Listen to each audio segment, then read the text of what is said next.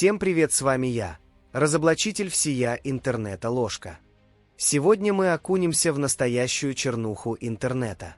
Слыхали о таком произведении, как «Удивительный цифровой цирк»? Если не слыхали, то вам очень повезло, ведь это говно захватило абсолютно все пространство в интернете.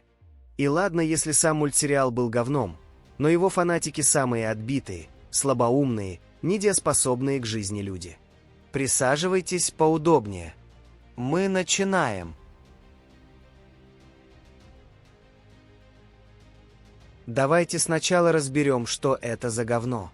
Это американо-австралийский комедийный анимационный проект для подростковой и взрослой аудитории, созданный художницей-аниматором Купер Смит Гудвин, известный под псевдонимом Гусворкс и спродюсированной компанией Glitch.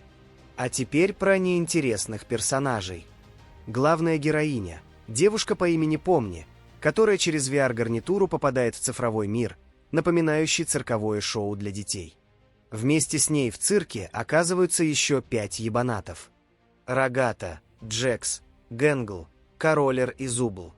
Все они – бывшие хуеплеты, которые забыли свои имена и прошлое.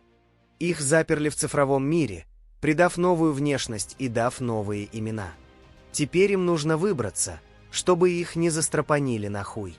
Да уж. Ну и хуета. Во-первых, персонажи – это набор тропов, а не люди. Есть года с амнезией, Помни. Есть вечно злой персонаж – Джакс, типичный тролль.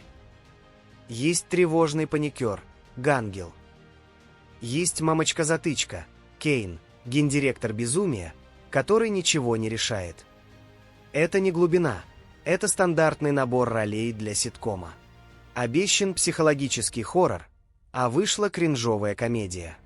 Первая серия намекала на экзистенциальный ужас. Мы забыли свои имена, мы не можем умереть.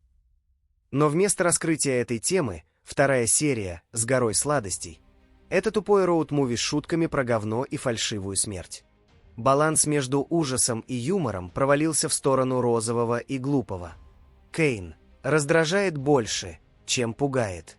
Создатели хотели сделать забавного безумца, как Билли Сайфера из Gravity Falls. Не вышло. Его шутки про «звоню вам на смарт-часы» и гиперболоидные мечи натянуты и не смешны. Вместо угрозы он просто шумный. А также мне лично похуй на его смерть. За одну серию сделали какую-то хуйню и все. А также теперь продают билеты на свой финальный хуёвый акт. А также ебанная хуевая фанбаза. Очень часто продукт начинают хаять не из-за качества, а из-за сообщества. TDC породил тонны Rule 34, странного взрослого арта, токсичных споров, кто лучший вайфу и диких теорий, которые интереснее самого шоу. Значительная часть его фандома – это абсолютный ад на земле. Серьезно. То, что вытворяют некоторые фанаты, заставляет задуматься о том, какую кнопку нажал Кейн, чтобы собрать такое количество токсичных личностей в одном пространстве. Начнем с самого вопиющего. Вы когда-нибудь видели, как фанаты травят создателя шоу за то, что он, создает шоу? Добро пожаловать в фандом TDC в 2024 году. Гусворкс, создательница сериала, в одном из интервью просто сказала, кто является главными героями сериала. Это Помни и Джекс. Все. Она не сказала, что другие персонажи плохие. Не сказала, что их уберут. Просто обозначила фокус повествования. Что сделали фанаты, ебанаты? Они устроили настоящую охоту на ведьм. В соцсетях, особенно в Твиттере и на Реддите, волны ненависти обрушились на Гусворкс. Ей писали, что она ничтожество, что она не умеет писать сценарии, что она предала персонажей. Но это еще не все. Дошло до угроз, самых настоящих, грязных, личных. Создательнице шоу угрожали расправой за то, что она посмела сказать правду о собственном творении. Она была вынуждена удалить свой аккаунт на Реддите, а ее друзей и актеров озвучки, включая Майкла Ковача, голос Джекса, тоже закидали грязью просто за то, что они работают с ней. Фандом ублюдков и ебанатов в очередной раз показал свою толерантность. Удивительный цифровой цирк. Почему анимация на самом деле ужасно ладна? Все носятся с этим сериалом как с писаной торбой. Гениально, шедевр, независимая анимация спасена. А давайте-ка посмотрим правде в глаза. Анимация откровенно слабая. И нет, я не фанат цифрового цирка, который все срет кроме своих волос на лобке, я просто умею смотреть. Герои выглядят как игрушки из фикс-прайсая дизайн персонажей. Это отдельная песня. Визуально-то DC напоминает Roblox с элементами крипового 90-х сиги. Помни, клоун в дурацком колпаке. Джекс — резиновый кролик-мудак. Кейн — пара говорящих зубов. Зубл — набор кубиков, который даже не может нормально ходить. И это якобы комментарий о дисморфии тела, но давайте честно, это просто лень моделировать нормального персонажа.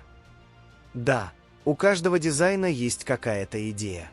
Гэнгл — маски, которые отражают ее эмоциональную нестабильность. Королер — шахматная фигура, которая теряет рассудок. Рогата — тряпичная кукла, которая притворяется счастливой. Но идея не оправдывает исполнение. Персонажи выглядят так, будто их собирали из готовых ассетов за час до дедлайна. Отсутствие нормальной артикуляции, пластилиновая мимика, неестественные позы. Ебанная хуйня, а не персонажи. Как можно сделать настолько халтурные и неестественные эмоции? Ебанная хуйня и цирк уродов. Сериал переоцененный. Да, сценарий и идеи неплохие. Но анимация откровенно слабая. Графика уровня студенческой работы. Простые модели, плоские текстуры, отсутствие нормальной работы с весом и инерцией. Движения дерганые. Персонажи не двигаются, они сменяют позы. Как дешевая игра с 3 анимаций. Фоны пустые. Миры не живут своей жизнью, это просто декорации. Маскировка под стиль. Оправдание мы специально сделали криво. Эта отсылка к 90-му не работает, когда результат выглядит как банальная экономия ресурсов. Что плохо? Фанаты носятся с сериалом как с шедевром и не замечают очевидных косяков. А создатели, и особенно Гусуэркс, получили такие волны хейта от фанатов, что захотели от своего детища откреститься. Фандом оказался токсичнее любой ненависти со стороны. Травля создателя за его же творение — это дно. Ну, в общем, все нахуй. Если есть какие-то вопросы, отвечу на все по фактам. Всем спасибо за просмотр. Вставьте большой палец и идите отсюда нахуй.